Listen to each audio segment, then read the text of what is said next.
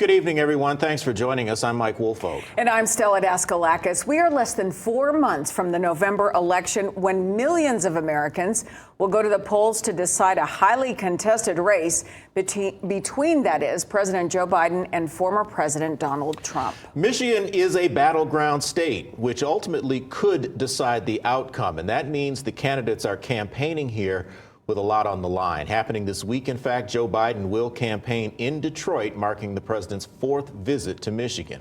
With time winding down toward Election Day, the question is, do people know who they will vote for? Mid-Michigan Now's Courtney Bennett is here to break down where things appear to stand. Courtney?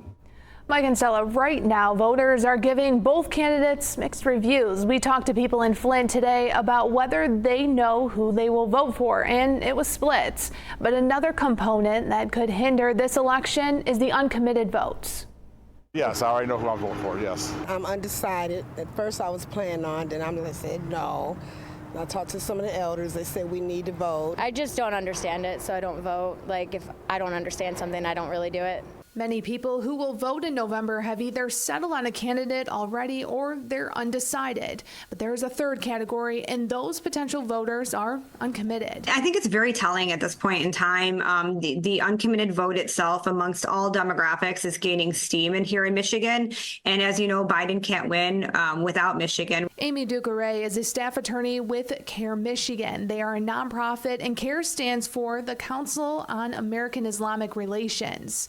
During the primary election in February, uncommitted votes in some communities outnumbered votes for President Joe Biden. And today, nearly 5 months after that election, Ducaray says that not much has changed when it comes to not committing to a candidate. The Muslims are, not happy with either of the choices we have. And as we get closer to the election season, I don't see that changing. Ducaray says there have been empty promises made to the Muslim community by the president. Like humanitarian aid to Gaza, we haven't seen that come through. The red line in Rafah, it's been crossed, and we've seen no action from this administration. So as things continue to progress the way that they are, and Biden and the other Democrats are not coming through with, meeting the demands of the voters. Friday marks President Biden's 4th visit to Michigan. Ducaray doesn't think that will matter. My understanding, there's no commitment on his behalf to come back to Dearborn or even to Hamtramck or even to some other, more populated Muslim areas to speak with Muslims. So I'm not sure if he's making those plans,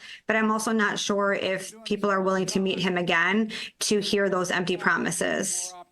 More than 101,000 people voted uncommitted on the Democrat primary ballot in February. That amounted to 13.2% of the votes. If that holds true in November, it could be pivotal to the presidential race. For now, live in the studio, Courtney Bennett, Mid-Michigan Now.